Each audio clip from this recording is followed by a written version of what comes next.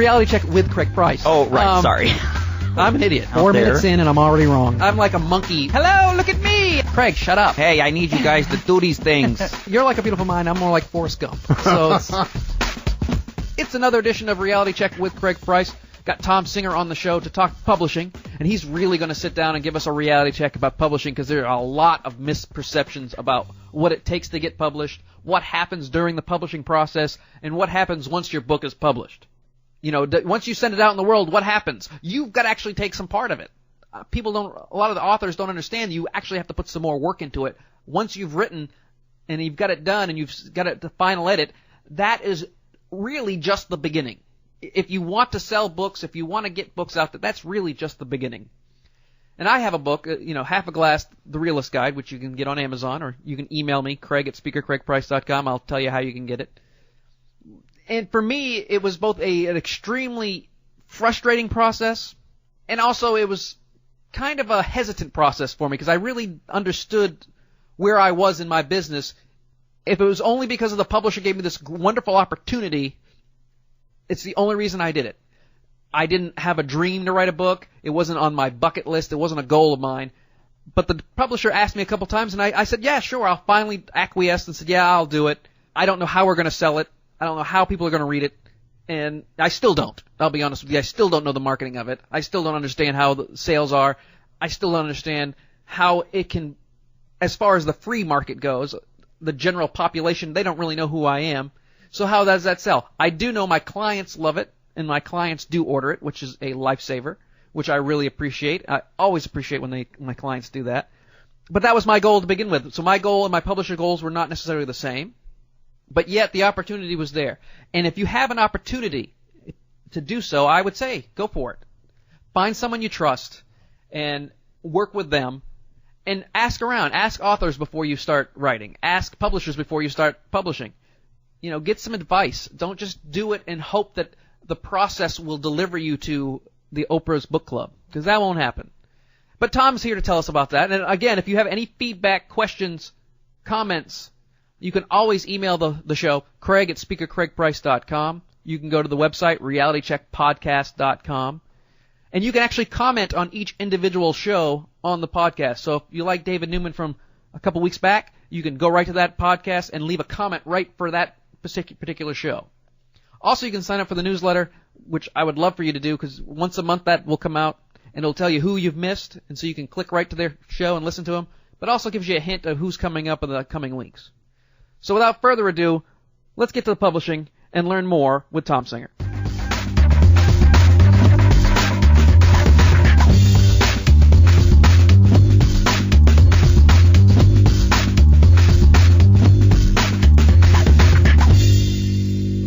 But I have an interesting thing that we did. We did it with the speaking, not the book, but we pledged 5% of all my speaking fees to Children's Hospital for Research for Kids Born with Cranio-Facial Abnormalities, which my daughter had. And between some fundraisers and giving, we've now given over $15,000 to children's hospitals in Austin and San Diego for research for kids born with these problems. Yeah, I've been following you on Facebook. That's amazing, because you're an Austin guy, so yeah, nearby, close enough so I could drive to, but not really. And I don't dislike Austin. I'm just not a fan of Austin. Really, I love it when people from Houston want to diss Austin. Well, again, I'm not from Houston. Yeah. I'm a Yankee. Yeah. I'm a damn Yankee. I'm from New England. Right. So I like Houston for various reasons.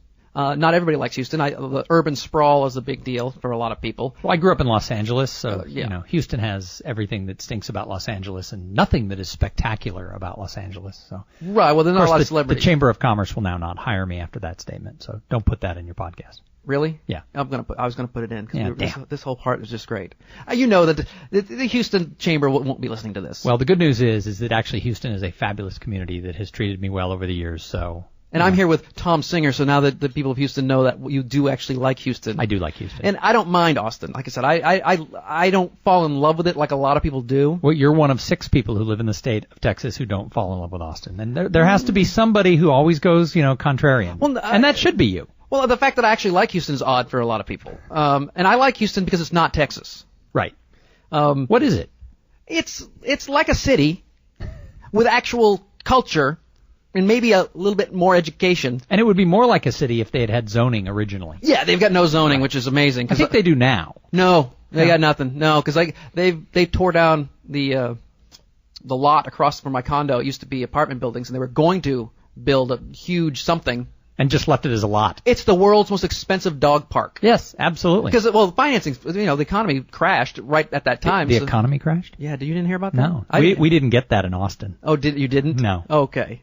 That's probably because the governor was too busy spending all the money on the mansion, so everyone had work to do. That's probably right. There you go. Yeah. No, and actually... Well, and his haircuts. Yeah, and without alienating everybody, most of Texas did okay. We did all right. I didn't have much of a problem. I didn't see a drop-off like most people did. But I don't live in Detroit, which is a vast wasteland, or Cleveland. I know a lot of people and it's tough. You go places and there's so many people are just out of work, and it's... Yeah. Fortunately, I think it's getting better. Oh, it's definitely getting better. And I'm proud Texas is leading us out of the recession. There you go. So there's some Texas pride, which they all have. So you're a native, aren't you? No, I'm a native of That's Los Angeles. Right, Los Angeles, that's right. I grew up in Los Angeles. But you really took on the whole Texas thing. So, I grew up in Los Angeles. I went to college at San Diego State University, and people were like, "How Banana slugs?" No, that would be Santa Cruz. Oh, no, we're the Aztecs. Okay. One of the top teams in basketball this year, or first year like ever. So that's okay. Tony Gwynn. Tony Gwynn, the baseball, yes. And so anyway, I lived in San Diego. I moved to San Francisco, so I've done pretty well in my life. The 4 cities I've lived in are Los Angeles, San Diego, San Francisco, and Austin, Texas. Yeah, and I say this when I speak is that, because I'm not a motivational speaker at all. In fact, I preface the first 5 minutes of how I'm not a motivational speaker and how I don't have any tragedies in my life, and I'm doing fairly well. I get to come here and eat with you guys today. I'm going to go home, and maybe tomorrow I'll take a day off and take a nap because I don't have, because my schedule is mine. You don't have young children? Oh, God, no. Oh, that's why you get to nap. That's right. I had to actually take out my dictionary and look up the word nap. Oh, yeah, no. We have dogs, which is the same. We have pugs. No. Yes, it is. No, it's not. Yes, it is. Same. And we could do an entire podcast between people who only have dogs and people who have actual human children. It's so much worse to have children. But I understand that's why I have dogs. But that's how I shut down people who like to talk about their babies, because almost everything they talk about can be related to a puppy. Oh, she's not sleeping through the night. Oh, I know, my puppy is just whining all night long. And I used to do that with a lady I worked with who just had a baby, and all she would do was talk about her baby. Which is, I understand, it's new, it's baby, you love it, it's from you. But nobody else wants to hear about your baby. Well, the difference from the puppy is I don't think your puppy will actually support you in your old age. I'm banking on my kids taking full care of me. That's my retirement plan. Well, see, I'm more self-sufficient than that. I believe in earning what I keep, but I also don't have to worry about them asking for college tuition. Oh, I'm hoping on full scholarships. Yeah, okay. Well, that. I hope so too. But let's be realistic. The reason I have you here is because you have a publishing company. I do. New Year. New Year Publishing, like Happy New Year. Yeah. Because everyone who works with us should be happy. It's a celebration to have your book with New Year Publishing. I haven't experienced that yet. Though my publisher will be renamed unnamed. I actually have a book, so that's good. So we have something actually I can talk to you about. Absolutely. Because I think there's a lot of misconceptions on what happens. Writing a book, not even writing it, trying to get the book deal, which I had a different situation. I had someone ask me, and I said no. And then they asked me again 6 months later, and I said no. Because in my mind, I also know that I don't have the fan base, so to speak. I don't have the clientele. I don't have the massive mailing list or to support. Realistically, and that's what I'm all about, what is actual. Realistically support a book. But the conditions of my situation were well enough that in the long term, I'm going to make out on these books. Maybe not this year, maybe not next year, but I have something that I will be able to use, evergreen they call it. Well, and as a professional speaker, having a book is an important tool. It just gives you credibility. So for you, somebody asked me the other day, about exactly how much money I made on the books, and I said, first of all, I don't have to share that with you, but Thank you for asking. And second of all, really, I'd have to go back and say every speech, which has been over 50 speeches a year for the last 3 years, I don't know how many of those I would have if it wasn't for the now 8 books that I've written. Yeah, and you just crank out books. Well, I don't know about that. You're like crapping out. I think you wrote a book while you were waiting to come on here. I actually, yes, that's exactly. You were busy, getting ready for this interview, and I just went and wrote a book. In the 4 minutes that it took me to set up the microphone. Yeah, that's exactly right. But there's a misconception that if you have a great idea, that the publishers will come bashing down your door. Now, like I said, in my situation, that's exactly kind of what happened. But I also understand that that is not normal. Well, and the misconception that people have is they think, oh, I want to write a book, and they look at the publishing industry from the outside without experience. And a lot of people don't even know a lot of people who've written books. You and I, because of our involvement with the National Speakers Association and the stages we get to speak on with some really interesting and famous people, we get exposed to people who've written books. But the average person just looks and says, wow, I could write a book and I'll be like J.K. Rowling or Tony Robbins. And they look at the extreme bestsellers. They always look at best case scenarios, which is the worst thing to do. And with 200 to 300,000 books now per year published, because individual books, books, not like that's a stack of one book, right? Yeah. But what happens is with 300,000 titles, because the publishing industry has changed drastically in the last 7 years. Ask Borders. Yeah, exactly. And without question, Borders now realizes this. But 10 years ago, they weren't paying attention, and the book industry has changed. So now it's up to close 200, 300,000 titles per year, and yet the only ones that people who haven't written a book see are the bestsellers. Oprah. You walk into a Barnes & Noble, you turn on Oprah, and you see people who've sold 500,000 or a million copies, and you start saying, wow, they're getting $1 or $2 a book. Wow, they made $2 million. I want to write a book. Yeah. But the average book in America, I've heard numbers, and they're all over the place, but the one that is kind of middle range that I've heard is about 2,000 copies is what the average book sells. Now think about that. If Hillary Clinton sells 500,000 copies of her book, a lot of people are selling 7 copies to get that average down to 2,000. My analogy with that is with the Actors Guild. I used to do some acting, and the thing you want to do is become a SAG member, the Screen Actors Guild. But the average Screen Actors Guild actor, and this was a couple of years ago when I was trying to get in at the time, the average salary was $1,700 a year. Right. And then you think about, but Brad Pitt gets $26 million right. per movie. Yeah, so that means there is some schmuck out there who's getting like $9 to appear like in Wendy's or something, and good for him if that's what they want to do. But that's the reality. The reality is most people are even making way less than that because the Tom Cruises, the Harrison Fords, the Tom Hanks are skewing the numbers. Right, and that's what happens. Up from 17. People look at the books and they think, oh wow, you write a book, and then people go and buy it. So the advice I always give people is that writing a book is hard because you have to put in some form of a commitment to get it done, and just getting the first draft done is like birthing a child. Well, we're getting a little ahead of ourselves because I want to talk about, you got the book. I mean, some people are writing their books without any agent or any publisher. They don't have anybody who's going to print it. They're just like, I'll write the book first, and then I'll shop it around. Sure. So how do you get somebody to even begin? Because I had a publisher see me perform. Right. And I call it performing, but that's give a presentation. They saw me present. They liked my content. They thought it was original. They thought it was different. They thought it could sell. They were wrong, but they thought it would sell, and so they came to me, and they came to me, which is highly unusual. Highly unusual. And I understand that. So as just a person, let's say a person talking about presentation skills, or maybe someone who just talks on communication skills, how to communicate, because that's a pretty generic, wide range of things. What steps would you suggest they start? Do you think they should write the book first and then try to find somebody, or? Well, I mean, again, things are changing amazingly. So Sure. It used to be if you wanted to have a book published and have any credibility whatsoever, you had to have sort of a New York publisher. It didn't have to be based in New York, but a traditional publisher who was going to give you a book contract. They'd usually pay you in advance. They would assign you an editor. You would work through it. They would design your cover. They would take care of marketing. And this was the way it used to be, and this is the way people still believe it is. I thought that's what it was before I started. Right. So when I started 6 years ago deciding I wanted to write a book, I reached out. I wrote letters to publishers. I reached out to agents. I did all this stuff. And you hear about people like the guys who wrote Chicken Soup for the Soul. 75 times. They were rejected like 144 times by every single publisher in the country. I saw Mark Victor Hansen interviewing a woman once who had been one of the people who rejected that book. And he made her tell the audience, I think this was on a CD, I don't think it was in person, but he made her tell the people listening to the audio what it was she said about the book. And she said, it's a collection of dopey stories. Which is accurate. And absolutely. But she said nobody would be interested in buying it. That is where she's wrong. And Chicken Soup for the Soul as a series is the highest selling book ever, second only to the Bible.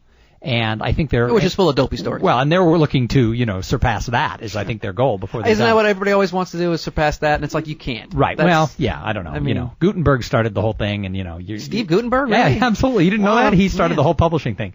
So I reached out to the publishing industry, and you hear about people like Chicken Soup for the Soul or David Bach, who's written a bunch of best-selling financial books, and they all say they got all these rejection letters, and they saved them, and they saved them. And then when they got the big deal, it was a big celebration because they had all these dopes who rejected them. Nobody even rejected me.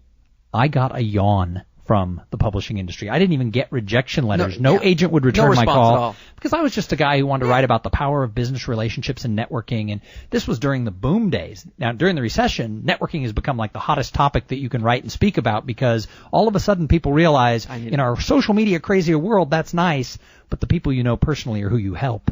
So my topic has become hot. But 6 years ago, people just yawned at me. Yeah. So if you have an idea for a book and you want to go traditional publishing and you're not famous, I don't really know what you're supposed to do, because if you're famous, they come to you, or by chance they stumble upon a presentation you make. But the big publishing companies nowadays really want somebody who has a platform. They want to pre-sell books. Right. Their job is not to spread the message. Right. They have X number of books they've got to sell. That's right. So they want you to have a mailing list of over 10,000. The number used to be 10,000 active emails was considered a platform. I've heard that number is now much higher. I don't know where it falls now, but 10,000 used to be the number. Now it's like, that's like... I think that's because you can buy mailing lists that are useless. Right. And that's the thing is the number 10,000 was what I heard for years, and someone recently said, yeah, that's just kindergarten. You need to be in college now. You need to have more. I don't know what the number is. So the other option is, on the other end of the spectrum from traditional publishing, is, you can take it to Kinko's and corner staple your book. And I think that's the myth of self-publishing, is that everyone thinks, because I've seen some quote-unquote self-published books, and, it's like, that looks great for a 4th grade project. Right. And people buy that? Oh, content is king. No, you didn't answer my question. Do people buy that book? Because I would give it a second look because it looks like my nephew made it. Absolutely. And the problem is that, the whole argument of content is king. At the end of the day, people do judge your book by its cover. Absolutely. The book has to be at a level where when I pick it up and touch it and feel it, it looks right. You have to have your ISBN number, the little barcode on the back, has to be placed in the right place, or Amazon can't do it. It has to be, there's certain things you have to do. Maybe that's why I don't have the sales. There you go. It's all the placement of the barcode. Placement of the barcode. I knew it! Well, Dan Poynter wrote a book, and I'm going to blank on the title of it, but it's something like the Self-Publishing Manual. Don't worry, this is on the internet. They can Google it They while can they're Google listening. it, and it's Poynter, Poynter, and it's the Self-Publishing, I think, manual. And his book he self-published it, actually, which is good, because if you write the Self-Publishing Manual and take it to Random House, that's probably a fraud. But he really did learn how to self-publish, and we used his book when we did my first book, Some Assembly Required, How to Make, Grow, and Keep Your Business Relationships. We used it to make sure we didn't make the common mistakes that people make where they end up with a 4th grade looking book. So that's it can be done. You can do it yourself. You can do the layout. The problem people have when they do it all themselves is they start looking at the costs and they're like, ooh, cover design, that can be like $3,000 for a professionally designed cover. I think I'll get my sister-in-law who owns, a program to design. Photoshop. She owns Photoshop. I'll get her to do my cover. And then the book comes out and it looks like your cousin did the cover. Internal layout. People go, oh, I'm just going to go from Word to PDF. And then you look at the internal side of the book, it's like, wow, that looks like somebody converted Word to a PDF. Now that's actually a good thing for Kindle. Yeah, well, because yes. I'm having a problem with my book, because I did spend money on the interior design of my book. I think it came out rather well. Your book looks great. And the inside we actually worked on, but the problem is, doesn't work so well in the conversion because I have footnotes, Yep. I've got weird little bracket things, I've got charts and things. And you have a design element on every page. It's a huge design element thing, and it was a conscious decision because I knew for me, I want to be able to, in 2 years, when the ebook is really big, and now people know who I am, I can re-release. Right. I didn't want to simultaneously release both. Right. Because then I would have 2 failures. I wanted to at least have... Spread your failures out. I like the way you spread your failures out I like to take a small hit every so often instead of 2 big ones right at once. That's right. Don't fail all at once. Fail all the time. Yeah, just in small increments. But I feel that I think that's a good plan for me, is that if I wait a year or two, when I built up the audience that I should have had for the book, that when e-readers are now it's like 50% or more than 50%. I think didn't they finally outsell actual books this year? No. It's not quite that high. I thought yet. I heard that they finally did that. Well, maybe you heard something different than I. It's still... You're in the know, so I'm going to go with you. I don't know what the actual percentage is, but it's still low. Okay. But it is growing. Like a couple of years ago, it was like 2%, then it was 7%. Then it's growing leaps and bounds. Okay. But there's still a reason for the hard physical book, and it's not going to go away. Well, that's why that came first. Anytime soon. That's why I did that one first, because hard physical books give you credibility because it's actually something. And it's a back of the room thing. At the end of the day, when someone sees you speak, you're the celebrity to them for at least that hour. And I haven't figured that one out yet, because it's all the hauling of the books and the processing, the payments. And I didn't say it was easy. No, it's not easy. We could talk about that at another time. Yeah, no, and we may actually get to that later on. But so. We still haven't got to the point where we don't have a publisher yet. So either we're going to do it ourselves or we're going to get someone else. So those are the two extremes. In between, there are lots, hundreds of really quality boutique publishers, such as yourself, such as New Year Publishing, who will work with the authors for a fee. I appreciate that. NEWYEAR. I think most people know how to say New Year. Yeah, it's NewYearPublishing.com. We do have an educated audience of the 7 that are listening. Both of them. Thank you. They're very good. So but who will work with authors on sort of a Chinese menu of what do you need. If you already have a cover, okay, we won't charge you for that, but we'll take a look at it and give you some advice. We work with a great cover designer now, and he does fabulous work. So if you need help, we have that. We have someone who does internal layout. We have editors who do both copyright editing or copywriting editing, which is very important. No matter if you're self-publishing in this and taking it to Kinko's, gotta get an editor. Have a professional editor edit your book, because you've worked on the project, and you stop seeing and hearing things that are there in your book. So you need to have a professional book editor edit your book. Then you need a professional editor who is a proofer, who's different from the person who's already read the book. One for grammar and for spelling, word usage. Yes. And the other one just for, the and them. They want you to find that extra M, or you spelled definitely with an. I think A is the one that they always put definitely with an A. Or affect and effect. It's right. Absolutely. So you need to have the people who are looking at it through different lenses to be able to do that. So there's all kinds of choices out there, and in these types of things, you'll help fund the project. Some will do a shared revenue. We call it sort of a shared investment, shared reward model. Some will make you pay everything up front. Some will make you buy 5,000 copies of your book as part of the deal up front. Now, that's great because you can get your cost per book way down. Yeah.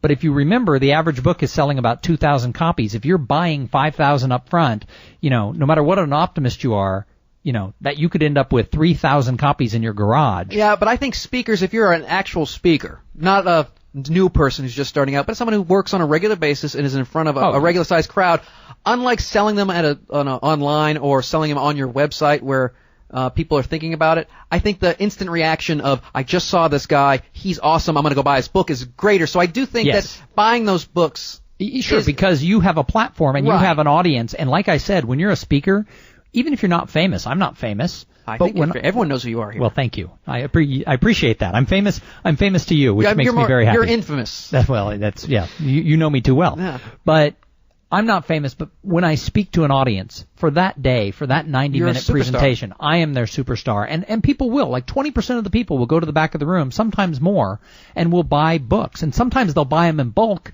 because they want to take them back to their office. They want to take a little piece of that speaker back. So if you're a speaker, you can go through those, but it's still a good idea to start small, right, and do a larger print run later after you've proven your marketplace. Okay, so like I said, we've got to the point where we've already selling books, but because I still want to get to the whole, because I don't think other people even know if they go to New Year. Yes. What is your process? The first couple steps, because we haven't even given you the concept yet, because you're giving us great stuff. It's just that we don't even have anybody who wants to print our book yet. Right. So if you have a book and you want to do it, starting early is good. What do you mean? How early? Like after you have an idea, maybe you've written a chapter or two, maybe you have an outline, and whether you're going to go traditional publishing or a fee-for-service boutique. Well, let's say we're going with New Year. Okay. We're just going to get rid of the whole, because if it's going traditional publishing, they're going to take control of a lot of that. Total control. So it doesn't matter what you think is going to happen. Right. They're going to tell you, guess what? We paid you good money. Yeah. This is our product. Right. We're going to massage it. We're going to try to represent you the best. I'm assuming I don't have a big publisher,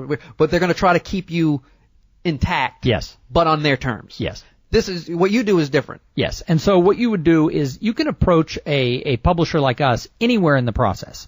Now, if you already have a completed project, there may be more editing that needs to be done because we may look at it and go, wow, you've got 2 books here, or it's really, it's not flowing. So the earlier you get involved with a publisher, the more they can help you. Even if it's a thing where they're not taking full control, they can still help you. So I actually get involved with some of our authors, actually coaching them on the writing process. But which would you prefer? Would you prefer them to come with the concept first or with a mostly completed manuscript? So I don't know that we prefer either one. The problem is when people come with when they come with a not completed, when they have no manuscript, it's harder to get people to stay committed, even though they've paid up front. No. To finish the project is hard. So if they come with a first draft completed, then we just punch it into the system where they're working with an editor. Some people come in and say, I have a great concept, but I'm not that great of a writer, and they know it up front that they are not a writer. So we actually have ghostwriters who we can work with. Now, it's a little more expensive. Oh, absolutely. A great ghostwriter, you pay for it, but you get great product at the other end. So if they come in early and they need help writing, we can pair them with one of our ghostwriters, and the ghostwriter can, depending on how much work they need, if they're an okay writer, the ghostwriter can help them. If they're like, whoa, I'm a CEO of a company, I don't have the time to write it, I have a concept, I have an idea to position myself as a thought leader in my industry, we can pair them with a ghostwriter who has enough knowledge about their industry and enough experience writing that type of book where it can do it. So the earlier you match up with a publisher, the better, because you will have more options down the road. So I think early is better. And this is all just my horrible self-image. I didn't think I was much of a writer. I was a good writer in school. I mean, at least I get the good grades. People say I write well. I don't see it. Because I write like I speak. So do I. I do the exact same thing. I mean, I'm such a tangential person. I always just say weird things out of nowhere. My book is full of footnotes of just snide comments. Not necessarily all snide, but they're things that wouldn't fit in a sentence, but they're little asides that I had to slam in, kind of almost like, and not exactly like, but almost like with Stephen Colbert when he does The Word. He's got that side bullet points that they're basically just making fun of whatever he's saying. Right. That's what I kind of did to some degree because I wanted to be able to people to read it like a book, but then because it got a little too jokey, but they liked the jokes, so I kind of said, hey, well, you can read it 2 ways. But I never thought I was good. I was going to go with a ghostwriter, but with me, my situation, I thought my topic was too much my voice that I wouldn't be able to find someone that could say what I wanted to say my way, because what I speak on, and negativity is a good thing, is so rare for someone to come in, because every time I talk to somebody, they always want to try to shift it to, and it's like, no, it's not like that. Make it positive. They're like, negative is a positive. No, yes, but no. It's like, oh, you're going to make these people positive. No, I'm not going to make anybody anything. I'm going to show you how to use people. And I thought that the effort it would take to get a ghostwriter on my side was just too much. So I just said, to hell with it. I'll write it myself, which may or may not have been a good thing. But I do understand that a ghostwriter, especially if you don't have the time, and a lot of people are real busy, and they don't have the writing skills. Oh, let's be honest. Right. That's half the reason I don't read blogs on a regular basis. I know you have a good blog, and I read a third of your blog, because not everything you write about is something I'm interested in. Correct. And just that's in general. But I find that most people's blogs, that a third is a huge percentage. I'll tell you, if everybody who clicked on my blog read a third of my stuff, I'd be a lot more famous. Yeah, but I mean, that's right. But the quality isn't there on a regular basis for most of the blogs, so I don't really read them. I let people tell me which particular postings of a person is good. Right. So I find that most people don't have the writing skills. It's like speaking. Not everybody's got the speaking skills. Yes, you can teach some skills, but some writers are just really good right out the bat. Without question. And writing, like when I wrote my first book, I have the same editor who's worked with me all the way through, and she will tell you very clearly that I'm a much better writer now, because at the time I wrote the first book, I started the blog right afterwards, and I now write every day. You do that for 5 years, and you will become a better writer. Oh my God. Yeah, I haven't, as soon as my book was in the final process, like it's going to the printer, I stopped writing blogs, only because I felt spent, because I'm a compressor. And I've talked about this various times. I'm a compressor. In a book, you have to not necessarily fluff. It's definitely not fluff, but you have to inflate. You have to a little more redundant systems. Right. Because you explain it in one sentence may not work for somebody, so you got to kind of rework it a little bit and give some examples, and that was difficult for me, which is where I wish I had a ghostwriter. Right. Well, and so the writing skills for me have come over the years. So now people say, wow, you're a good writer. I enjoy your stuff. I now accept it because I know I've improved so much over the last 6 years. And that goes back to the fact that people ask me, how do you become a writer? Yeah. And my answer is, writers write. Just like speakers, you need to speak. Somebody says, how do you become a speaker? Speakers speak. You know, I talked to somebody the other day. She told me she was a professional speaker. I said, oh, so am I. We had this great conversation. And I just asked, how many times did you speak last year? And she said 3. And I said, no, in all of 2010. And she said 3. And she started telling me how much she was paid for each speech. I go, I don't care how much money you made. I care how many presentations you made. And she got a little bit perturbed. No, I have a guy that I used to work with, and he was in a band when he was 19. And he's horrible on the guitar. He can't sing very well, but he was in a band when he was 19, and sure they paid him at some crappy little bar or club, and so now he's like, well, I'm a professional singer. Well, excuse me? I've been paid to sing. Guess what? I've been paid, and I really have. I've been paid to sing. I am not a professional singer. So I am a singer. You are a singer. I'm actually a singer, but by last name only. You don't want me to sing. Just because they paid you once doesn't automatically make you a professional speaker. Right. And my comment to this woman, she turned around and said, well, how many times did you speak in 2010? That was a bad mistake. Yeah, well, I said 68. And she was like, well, not all of those could have been, paid at the level I was paid. I said, no, I spoke for a couple Rotary clubs down the street from my house. But, 68 times you become better than 3 times. And she didn't like me because she thought, I wasn't really trying to school her, but she thought I was. And it's like, all right, that's fine. That was no. And you find a lot of she's a professional who speaks in whatever business speaks. So right. It's totally different. And the same thing with the writing the book. So you finding the publisher and figuring out a match for you. So I think the long answer to your question. No, that's all right. Is we got time to kill. There is self-publishing, true self. You do it all yourself. There is traditional publisher, big brand name publishing, and in between that spectrum, there's a lot of choices. There is no bad answer. Okay. There is a better answer for you and how you go about finding it. Anytime you talk to any consultant or agent or publisher who says, no, that way is bad. Don't use traditional publishing or don't use self-publishing. My way's better. Whatever. Run like heck. Anybody who tells you their way is the only way and the best way, run. There are different ways. And right now in our society, things are changing. So who's to say what the best way is in 5 years? What I started 5 years ago isn't what we're doing now. We just published books when we started New Year Publishing, and New Year Publishing is now a lot more than Tom Singer's books. But as we started the company and grew it, we did books. Well, now we do audiobooks. We do everything for Kindle. We do online. We're doing interactive books with different types of media embedded into the digital books. So they're all different things. That didn't exist 5 years ago. And what it's going to look like 5 years from now, who knows? So, finding the publisher really is finding who is the right match for you and your needs. Okay, so we find Tom Singer and New Year. They're our match. Yes. We talked to them.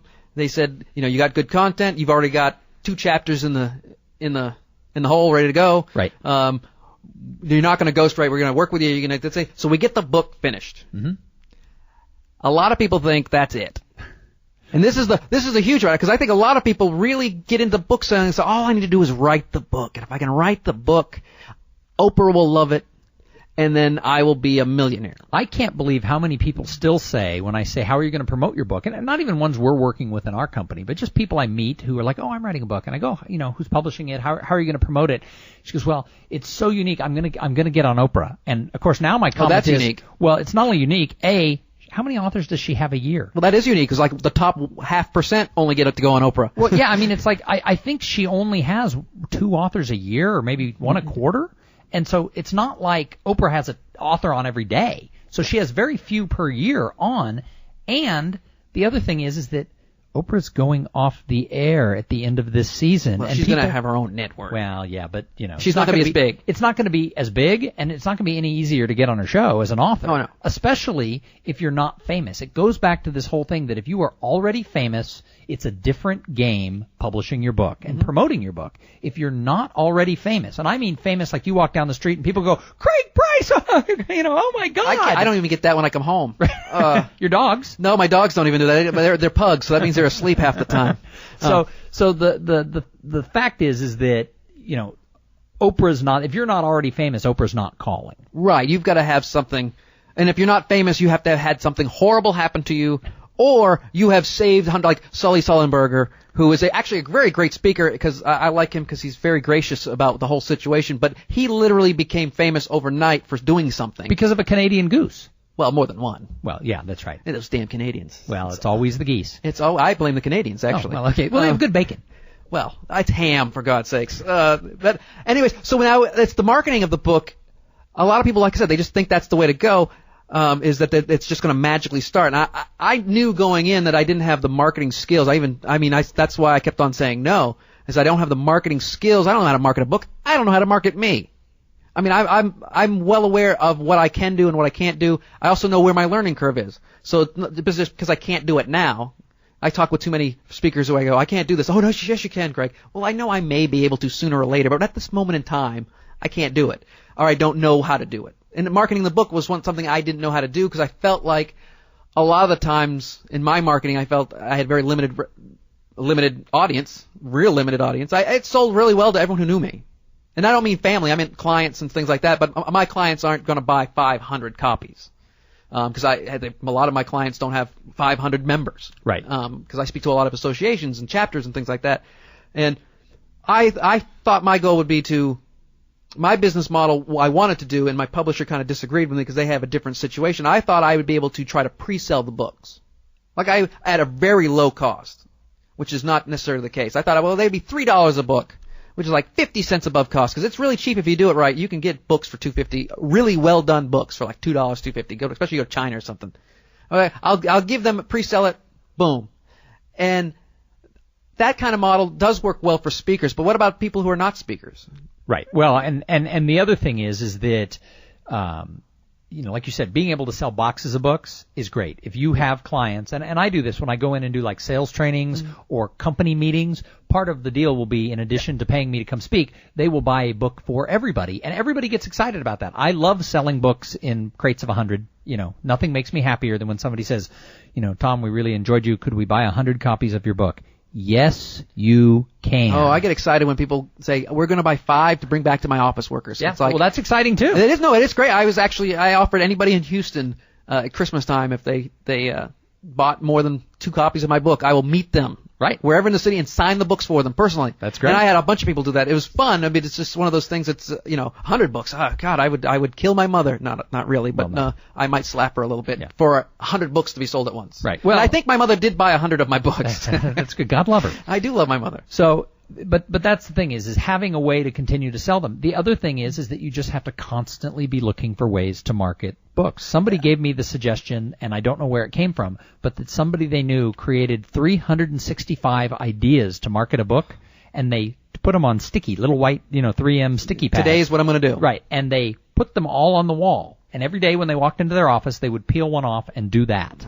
And I think that's a great idea. I did a modified version. I came up with like 50 ways to market the book. Once a week. And once a week I would do something. With a 2-week vacation. Right. And it worked to some extent. I mean, we've sold, thousands and thousands of copies of my first book, and the other books have done well too. We're surpassing that average on many of our books.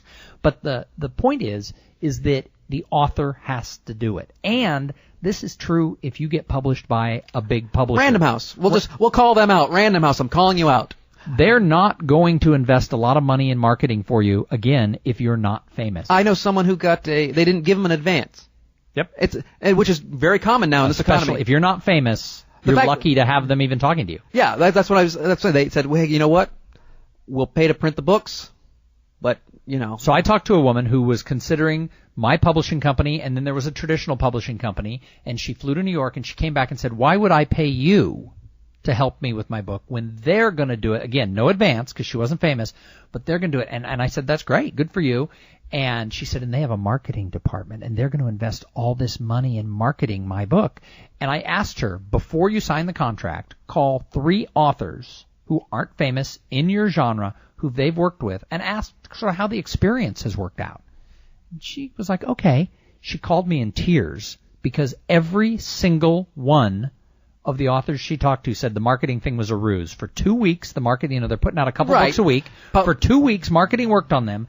if your book didn't click right away in the press, if it wasn't picked up by the New York Times or, you weren't going to be booked on the Today Show, they moved on to the 3 other books that were coming out next week. It's almost like a movie release. If it doesn't do well opening weekend, right, it's out of theaters. It's a done deal right to DVD. Right to DVD. And so the problem is that people think, oh, well, I have to have a traditional publisher because they have marketing. Well, at the end of the day, you have to market your book. And that's why I tell people, writing a book is hard. Promoting your book, I used to say, was 10 times harder. Then I said it was 100 times harder.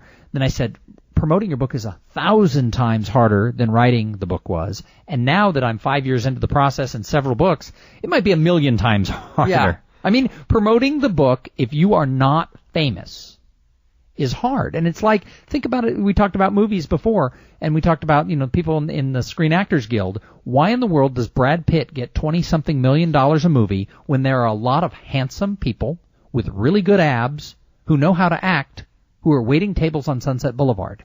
And the reason is selling the tickets. Brad Pitt sells tickets. Selling books. It's all about, it's really a numbers game, and it's more about how many numbers of product can you get out the door. Right. And that's absolutely fine with it. I mean, that's they're investing in that. They got to make money. I have no problems with it. It's not an altruistic thing.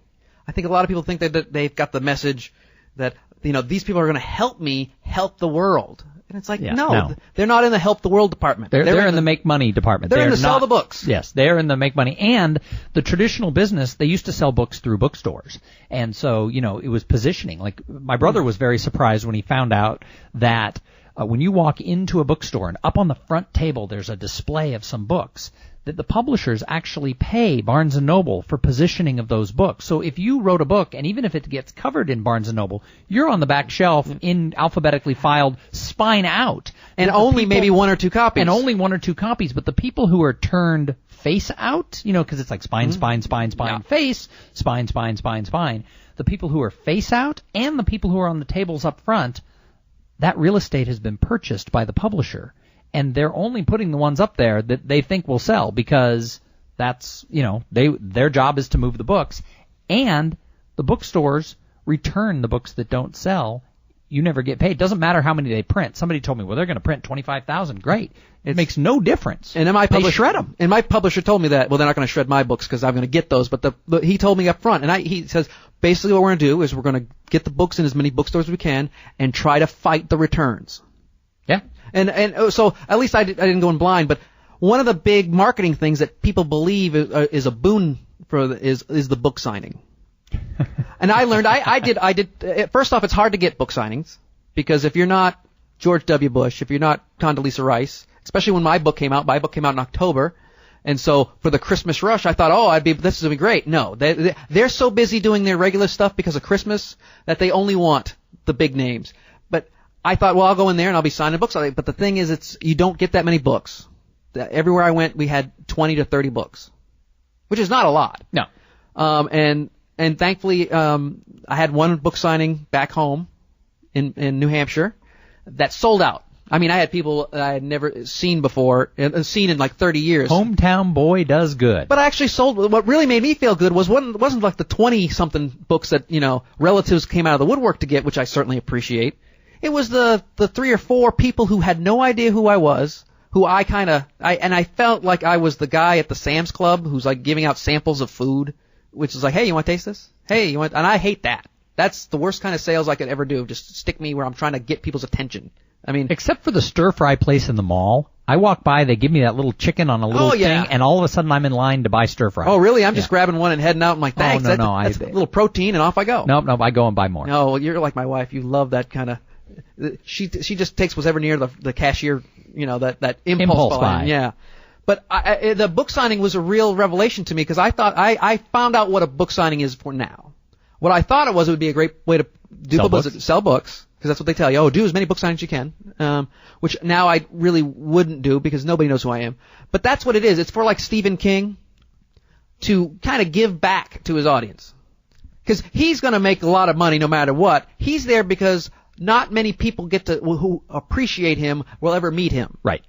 And so this is a chance for them to go, oh, I stood in line, I took a picture with him, and he signed my book. Woohoo! So the book signing is another misnomer, kind of like how many books are going to sell. Oh, I'm going to sell 1 million books. So my wife and a friend of hers wrote a cookbook 8 years ago that was a best-selling cookbook in Austin, Texas. In fact, some people told us it was the best-selling cookbook of the Christmas season in Austin, Texas. Had it been the best-selling cookbook of the Christmas season internationally, I could retire.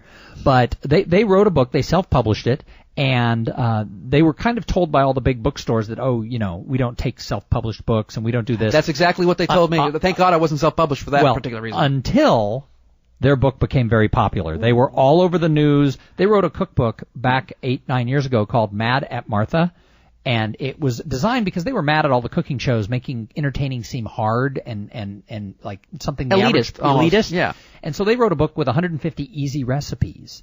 But the book came out the week that the SEC indicted Martha Stewart, and although the book wasn't really geared at Martha Stewart, the press release read, "We were mad before the SEC," and the book was titled Mad at Martha. They were written up in the New York Times. It was written up all over the country, and in our little community, they were everywhere. So they did a book signing, and they sold something like 24 books. Which is amazing. So they went to the manager, and they said, oh, we're sorry, because they thought they would sell hundreds of books, because it was their first time. I hadn't written a book yet, so we didn't know. And the manager said, what do you mean I want to have you back? It was the Christmas season. She goes, I want to have you back like twice before Christmas. And she said, well, how many do they regularly sell? And the answer was 2. Yeah. And again, I was amazed by that number. Hillary Clinton just sold 3,000, you know, when she wrote her book years ago, at that same time, 8 years ago, and they sold, the average is 2. And I started thinking about it. When you walk into a Barnes & Noble and you see that little old guy with his bow tie on sitting there with his book on crafting or whatever, what do? Me, I run the opposite direction. Everybody runs the opposite direction. And they all do, yes, absolutely. They all run the opposite direction. So nobody comes to a bookstore and buy books. Now, what I tell authors is you want to do a few book signings because the average people out there think, ooh, Stephen King.